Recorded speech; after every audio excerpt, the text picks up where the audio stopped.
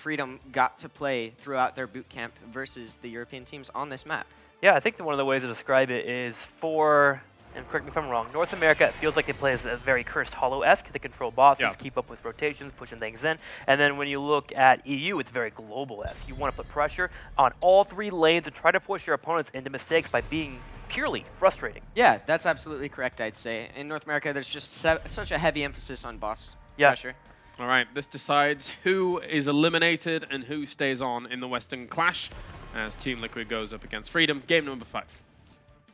Team Liquid's Vikings are unpicked, unbanned at this stage. First pick, Uther coming in. It looks like Team Freedom continues to opt into the support choke. Banning the Oriole, I think, is still the correct decision. Team Liquid just looks like an unstoppable team when they're able to get the Oriole. I think if they want TLV, they have to go for it now, right? Yeah. There's no way it gets through the second ban phase. Ooh, Brightwing Illidan. Okay. They opt in. I like this deviation, honestly. Team Liquid stepping away, taking a step back from those Vikings, I think is very, very good for them overall. Yeah, it seems to me as if Team Freedom really clocked on how to actually beat it, so why try and sort of follow down that path? And much as you was actually saying as well, they have a lot of hero dev. Show what you can actually do rather than just trying to be a one-trick in that capacity. I'm excited, man. I want to know what Team Freedom's going to move into, because we are going to have a clash of styles, and we're going to see which one will reign supreme here, and it's for who gets the victory in this best-of-5 series. Does Team Freedom attempt to match the global power here? Do they grab a Dahaka, or do they attempt to go for the boss rushes, which would see maybe Greymanes here, even potentially that Diva that we've been talking about? Yeah, there's many, many options left up on the table for Freedom, and don't get too excited, Tim, but in North America, Artanis actually does show up on this map occasionally. Oh, that's expected. I don't even get excited. That should be a thing in every single battleground. But yeah, Artanis with amateur opponent. First off, you get the bosses that you're wanting to control, and it makes sense. You have the synergy of rushing down a core. When you have amateur opponent, you chunk 4 to 6% depending on what level you are. So yeah, that makes sense, man. Ooh, I do like the Medivh band, but also Team Freedom, going into the Stitches Uther, it's kind of their bread and butter at this point. I feel really good for Freedom. When I objectively look at the last game and the last draft, I heavily favored Team Liquid, and I was very surprised at how close Team Freedom was able to bring it. And so far in the draft, Team Freedom's getting exactly what they want, I think. And they're thinking about what they want to take away from Team Liquid. They have 2 options. Either A, try to make sure that they don't get the Illidan bolster by banning Tassadar, or the Vikings, and they elect. In Game 5 here, gosh, I keep saying that because it's so important to allow Vikings to go through. I'm actually just nervous as all hell right now. I can feel it in my thigh. It's a big gamble. Yeah. Like, it's a big gamble. And to me, that shows the confidence of Freedom saying, we know this has been your trump card all series long, all tournament long so far anyway. Are you sure you want to try and put all your eggs in that one basket? It's just so much pressure on both sides. Freedom being willing to risk letting them through. And Team Liquid, even through not even that spotty, just a loss on the performance of Vikings earlier in the series. Like, it's just so much pressure on both teams. Another thing that you have to worry about too with that Tassadar ban, and I think why Team Freedom decided to go ahead and grab the Tassadar ban, is because of Task Tracer, which has been also a good mix-up with Illidan and Brightwing. There's a synergy available. You can phase shift in. Now Team Liquid thinks about the options they want to move into. Another global that we see often and has been ran in the past, not lately by Team Liquid, but still a great choice, is that Falstad. Hostile ups can pull them off just as well as anyone. It's going to be the Anubrek and the Rhaegar for Team Liquid. Taking the double support for the Illidan, I think, is smart. I'd anticipate a Greymane here from Freedom. It's kind of just something that Dansky, when all else fails, he can pick that hero and just put up a solid performance. I'd anticipate Team Freedom kind of going into some of their comforts. I don't know if they'll go into Diva, but I definitely expect the Greymane here. What I'm reading into this Medivh ban is that they're still threatening the likes of Tracer. Tracer, an excellent pick on this map, not only for sort of denying the ability to pick up those nukes, but when you've already got Brightwing in your capacity, you've always got the Illidan too, suddenly you're forcing out a lot of pressure, and so far the Medivh has been the big factor at sort of denying the influence that Tracer can have in this game. Yeah, that's a good point you bring up. I definitely agree that Tracer, just because of the fact that she can play out of vision and you don't know where she'll be at any given point on the map, you gotta show a lot of respect to that pick. Now, alternatively, that is a bit of a pocket pick for Nazmaz too. I don't know if they'd bring it out here, but if they are worried about the Tracer, they could pick it up themselves. Well, 3 seconds of counting, we'll find out. It's going to be Greymane and Cassia. I love this because Team Freedom, they've always played Greymane and always have done it well, but looking at Team Liquid's comp objectively, double support Cassia into Greymane Stitch's Uther would have just been disgusting. So even if Cassia is not necessarily the most Lunara. optimal, it still denies the counter pick. But I am worried. Does Team Freedom actually get the fights they would like? Team Liquid has 2 globals. Well, one is Pseudo Global with the Hunt, and you have Brightwing here as well. That can constantly be in different lanes, avoiding the engages. With Lunara possibly dodging out on hooks, and Rhaegar and Nubrak playing safe, Team Freedom would be chasing them around with a Cassia. I mean, much the same we've seen when they've done the double support with the Lunara. They've put a lot of pressure into one lane. With Illidan as well, potentially at level 8, he can just go for the solo objective. He can just try and take out the boss, apply that split push pressure, keep them constantly guessing where they are. And with that in mind, I say you can pick up the nukes, you get easy keeps. All right, short thoughts before we go into this game. Who is taking this series? Team Liquid. I like what they have. They have Lunara, Illidan set up. They can dance around Team Freedom consistently. I like what Team Freedom has in terms of an actual team fight map, but with a Warhead Junction, Team Liquid takes a cake for me. Yeah, I mean, exactly the same thoughts as well. Pretty much what I was saying before in terms of the Illidan. Everything seems to spring to mind for me. They've got the global, they've got the playstyle for it. Yeah, Team Liquid. For me, I'm going with my boys in red, white, and blue. They've got incredible boss control. They've got their comfort picks. Zugrig on Stitches, Dansky on Greymane, and I mean, Kira's great to Hawkeye as well.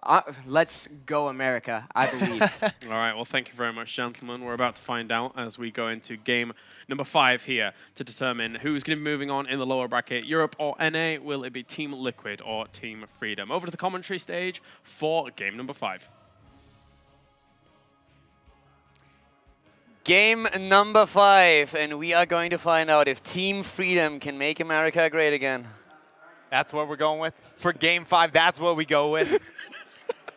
I am confident that Freedom does not need the, for the giving of that over. They're going to take out Team Liquid here. I think I just broke Dread. Yeah, you did a little bit. I'm pretty triggered. Okay, jokes aside, I mean, guys, this is what it comes down to. We had exactly the series that we were hoping for. It's the constant back and forth between the two regions, and so far, Freedom has taken every single time the lead. And if Liquid does not want to drop out of the tournament right now, they have to break through that trend. They have to now say, all right, we have the momentum from the last map, and we brought them onto Warhack Junction, and we will reign superior here. This is going to be it. Warhead Junction, Caldor. Warhead Junction with Team Liquid starting to the left on their last map in this series. Norok on Brightwing, Hazorps on Lunara, Blumby on Anubarak, Darkmok on Illidan, and Splendor is playing Rhaegar. For North America, it's going to be Team Freedom. We have Collusion on Uther, Stitches played by Zugrug, Cures on Dahaka, Dansky's on the Greymane, and Cassia is played by Nasmus. A high priority in the draft on Illidan, one of the best heroes on the map because of his teamfight potential, and even more so because of the pseudo global. Highly contested in NA and in Europe. Yeah, and Cassia is not something that shows up too often in the North American scene. It's not unheard of to, have her pop up here and there, but it does feel like that pick was not only responsive there to Team Liquid, but again, some of the learnings that we've seen of Team Freedom since they have joined us here at the Western Clash. And I mean, you have to be afraid not only of the Cassia, but also, of course, of those Stitches hooks. The hook of Stitches, the stun of Uther, and then Cassia with the damage. These comps can be so deadly. Liquid has to pay attention to their own positioning so much. So traditionally, North America actually plays a bit of Warhead Junction, a bit more than I guess most of the regions around the world do, thanks to Tempo Storm prioritizing the map. And it is all about focusing onto the one lane, trying to prepare yourself for an early boss like Liquid has been with Cursed Hollow. Yeah. And so I expect to see them kind of focus onto that play style, just make sure that they isolate towards the top or the bottom half of the map. But for now, it looks like their concentration is towards the top, and Liquid's here on bottom. I did not expect Liquid to go for Warhead.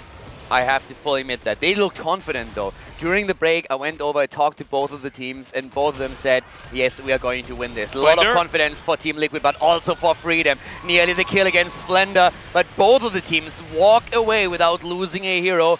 But still, Team Freedom is losing the wall. Yeah, Freedom has definitely not gotten the positive trade here when it comes to the laning circumstances. The 2-1-2 of Team Liquid has been a bit too much to be able to deal with. Thankfully for them, they have 15 seconds before they're going to have those warheads, so we can concentrate on maybe, breaking up the members of Team Liquid if North America is going to stay alive.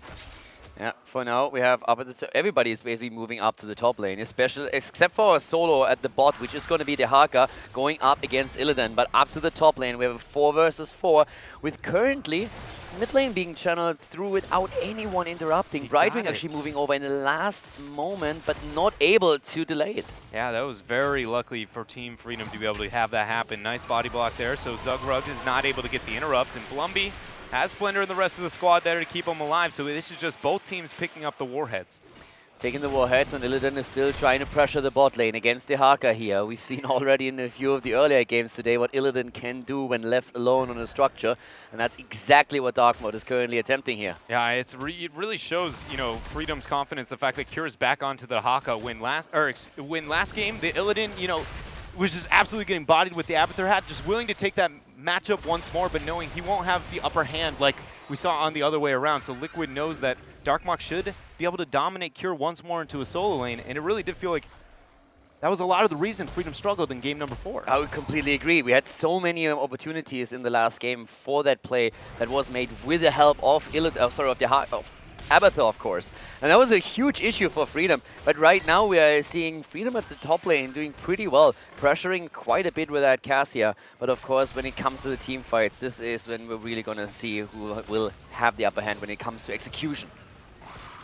Nice invade here for Freedom. Nobody's scouted that shoulder to see if Nurok is there. Alright, they want it. 2 missing. Rega rotating mid at least. But it looks as if Team Liquid, yep, they're giving it up.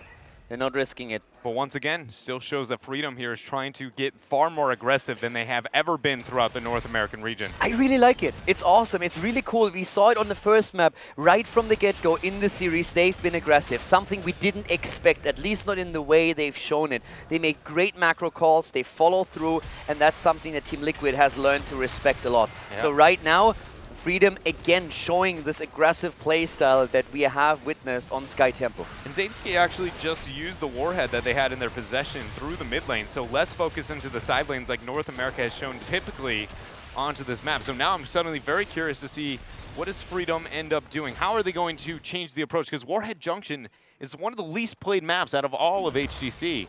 Yeah. I mean, Warhead Junction is also a map where if you get in the later stages of the game a boss and you have maybe a nuke or two, you can really just make that Hail Mary attempt onto the core. We've seen it so many times here. So that's something that both of these teams have to also think about. You can be way ahead, but if your opponent gets this one shot in to just execute a nuke on the core, it could be the end of it. Yeah, there's only one here in the game that really can deal with that strategy, Zeratul, and he is not here with us for game 5. What I find really interesting is also the inner light now that we have on the level 4 for Cassia, where we traditionally see the Ring of Leech. Yeah. Oh, that's the money hook, baby, right there. But he lives! At least for now, Cured. No way! He's stuck into a trap. North America pinning it down, but the drag there, beautiful cleanse coming out from Splendor. Nurok trying to get the retreat, but he is just a Brightwing. Oh my, the slam. The dodge! The double dodge! Freedom is too confident that they have the kill already, and Splendor just says, well, you bad luck, boys. I got this. Dodges the hook, dodges Cassia, and lives to fight another day. Yeah, that was a lot of that was on Zugrug, just essentially not doing the math properly here. But yeah, he's no Cure, he's no rocket scientist. Yeah, no rocket scientist. Both teams are going to be picking up these bosses. Both teams have 2 warheads. Freedom with only a slight experience advantage, but structurally, technically, Liquid has been able to take out more thanks to their 2-1-2 laning setup, and they've got themselves that warhead to be able to have on bottom. So Liquid with the upper hand for now, but it's not colossally into their favor. Yeah, they have the extra warhead, and if they drop a few of those, structures should fall, and that might give them the earlier level 10. But this is just so insane. It goes all down to the 5th map. Liquid diving deep already at the bot lane, preparing the lane for the boss. And Freedom is doing the same thing up top. Both of the teams are starting a race. If it goes down to the race, I don't know if Team Freedom has the tools necessary. Illidan is just so effective onto the core. God, but Greymane and Cassia are very fast when it comes to the chase too. This is going to be the first warhead, second warhead, double damage. My God, the warheads are in. No way. They're going past the wall. They're going for it. They're not even waiting for the boss. Freedom has the They're going for the core. Freedom, are they backing in time? The core is being attacked, the nuke is already down. Liquid, 6 minutes in, want to end it. It's going to be a race, and right now, Freedom is losing that battle. 30%, Team Liquid is getting it. 6 minutes in, they drop the core. The race has been won. Both of the teams just go for it. What